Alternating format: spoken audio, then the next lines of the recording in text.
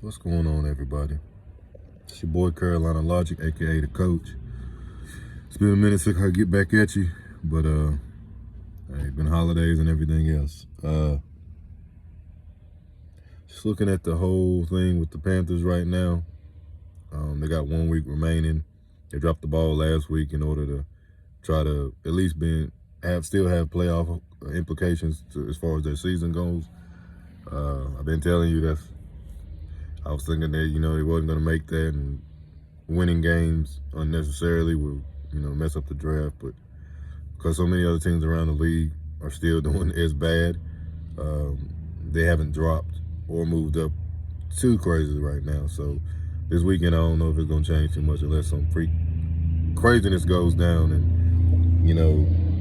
we mess around and lose, and a couple other teams that's ahead of us in the draft, they lose too. Or no, they win, and then we'll go up. But it's a lot. It's like 3 or 4 games, so I don't know. My main thing is here though, about Steve Wilks, man. Everybody wanting to know if David Tepper is gonna give him the contract to be a full-time head coach of the Carolina Panthers, and does he deserve it, an extension and all that. And this is my thing. The LA Rams was him and McAdoo's doing. That game, that horrible coached, horrible schemed, horrible, that, go back and look at that. That was one of the worst. I've never seen anything like that before. You tried to run screens the entire game and run the ball. You don't try to pass it downfield. You don't give P.J. Walker an opportunity to do it the entire game for whatever reason. Man's not a rookie. Man knows the system. He's been here. And you do that the entire game. Then we get to the Pittsburgh game. Another poorly coached game, which we shouldn't have lost, but we did. Then we get to the Bucs game.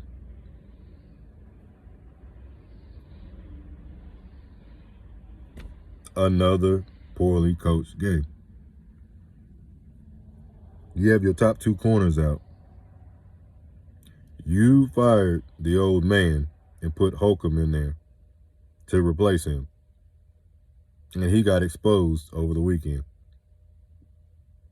If I got 2 corners out and the only ones in now are backups who ain't solidified yet, and I'm going against Tampa Bay's offense, and regardless of how bad they've been this year, those dudes didn't forget to start, how to start catching. I mean, they know. They do scouting reports. They understand that that ain't Dante Jackson or that ain't J.C. Horn out there covering them. You're going to mess with the scheme. You're going to do something to put some help over top. Yes, it's going to change stuff up front, but guess what? They ain't been great at that.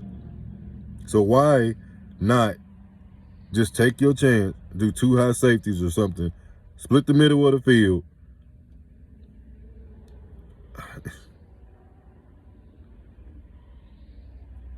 resting on your laurels, really? Leaving both your corners on the island. And there's one that looked like it might have been a miscommunication on either Keith Taylor or C.J. Henderson. I can't remember which one got it, but it almost looked like he was just passing them off to the safety, which is fine if that's cover 2, then whatever. But I don't know. That ain't supposed to happen. 45-year-old quarterback throwing for 400 yards on you, and one receiver getting 200-some yards on you and a touchdown, and 2 touchdowns? Ain't supposed to happen. They haven't connected or been on any type of rhythm all year long, and they're going to do it against you in a pivotal game. And y'all want him to be the head coach. I like Steve Wilks. He changed. Listen, everybody want to go about, we won 1 extra game or 2 extra games or whatever, since we ain't won nothing but 5 games in the last, 2 seasons since whenever Matt Rule was the head coach. I get it. But at the end of the day, The remnants of him are still there in this organization. Steve Wilks should have got rid of McAdoo too. He didn't. He chose to keep him because he's a defensive-minded guy and he ain't know how to run no offense. So he kept him to figure out, I'll let you do that, but I'm getting rid of the old man so I can put my boy on there, Holcomb, as a defensive coordinator. And look what it did. Come on, man. Tepper is in over his head in some ways when it comes to having this team, okay? And he wants somebody to be in here who has experience, winning experience, not just head coach experience, because then that would be Wilks. Winning experience. You can have all the respect from the players, you can have all this stuff, but did it return? Did it show winning? Did it change things and everybody? Yes. For the first time in 2.5 years or whatever, we've actually been in a conversation for the division. But guess why? Because the rest of the division was that bad. If they were on their normal stuff, we would be sitting at the bottom again at a conversation. We do realize that, right? But because the whole NFC South is horrible, it makes us believe that, hey, we're better. They fought in some games, but then I saw the same old Panthers the last few games. He ain't changed but so much. Now, if he wanted to stay and be on the defensive side, being with the DBs, or even being a defensive coordinator, I'm completely fine with that because I believe he can get those guys up and ready to play. But I don't see him as a long-term head coach. I just don't. I believe he's gone. I believe McAdoo's gone. I believe Holcomb is gone. Unless they switch their positions, other than, McAdoo. McAdoo can kick rocks for all I care. Unless them two go back to defense. I don't believe he's the long-term. We need a guy in here with experience. The Harbaugh, I mean, people might not like him in some ways or whatever the case may be, but he's got NFL experience, winning experience. He's been successful everywhere he's went. And I know he got an interest in coming back. He can say he want to stay in Michigan all he wants, but money talks. And Tepper got a lot of it. His brother got a ring. You don't think he want one? He gonna make sure they fight, make sure they work hard. And if you can get the right coordinator and defensive coordinator in here with the right draft picks, because we need a quarterback. Sam Darnold ain't the long term either. They might still keep him because just in case they feel like they don't get the rookie going fast enough. So it might be Sam Darnold, might be a rookie, it might be Matt Corral on the team, figuring out the quarterback situation. But again, stuff still remains the same. There's a door right here for things for us to have to fix, and we need to fix it in a timely manner. Tepper's not going to name anybody head coach or whatever the case may be, a new head coach or all that stuff until after the season. Right now, we're currently number 9 in the draft. I would like to be higher, honestly. New Orleans ain't going to no playoffs. So, they take the win, so what? If other teams lose down the way, it ain't going to matter. But if they win and we lose, we might go from 9 to maybe, 7, 6, 5 if we're lucky.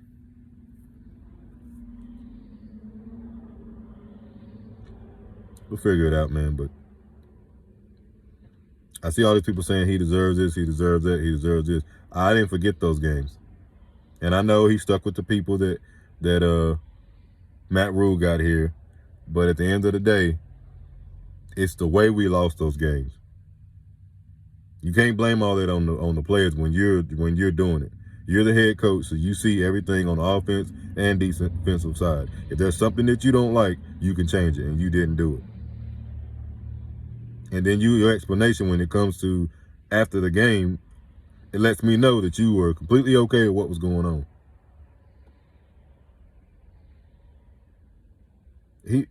Wilks might be a good head coach, but it don't need to be in Carolina just because he's a hometown guy. You can't say I don't want to be your buddy or your friend.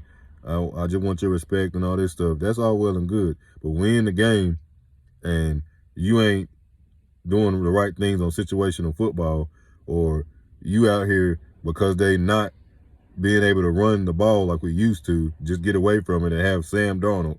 The same Sam Darnold who ain't consistent.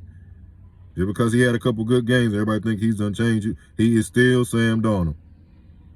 Start having them pass all over the place. Yes, DJ had a good game, but at the end of the day, we are a running football team.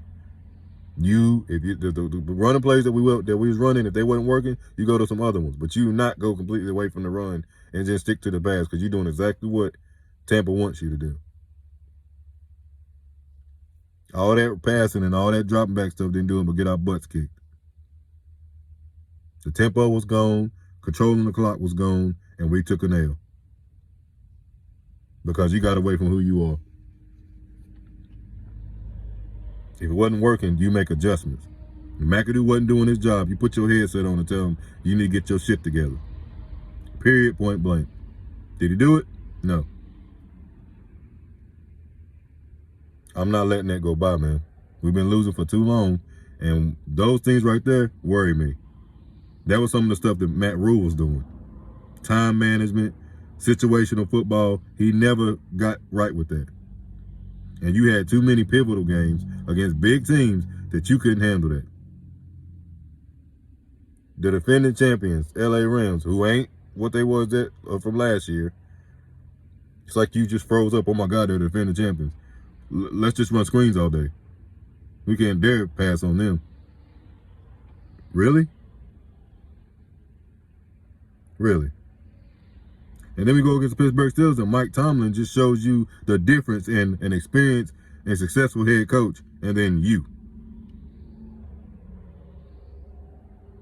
Then we go to the Bucs, a game we should be up for, a game everybody is ready to go.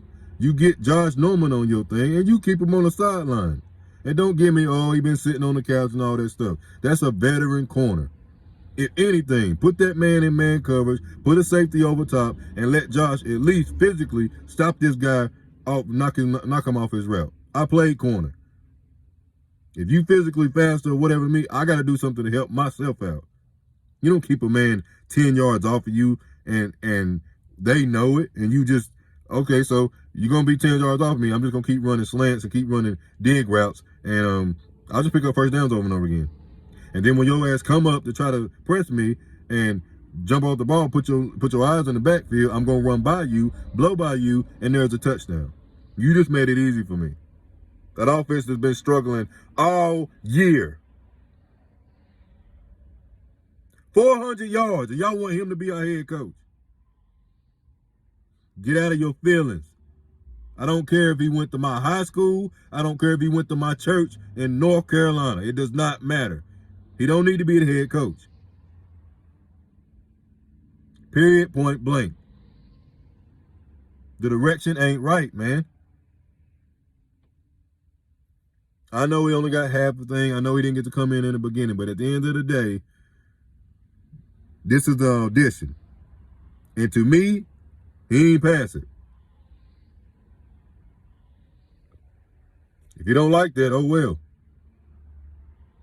We got more wins than we ever had these past couple of years, but we need a little more than that. And that's just how I feel, man. All right, I need to get that off my chest. I'll be getting back with y'all pretty soon here. This is Carolina Logic signing off, aka the coach. Until next time, peace.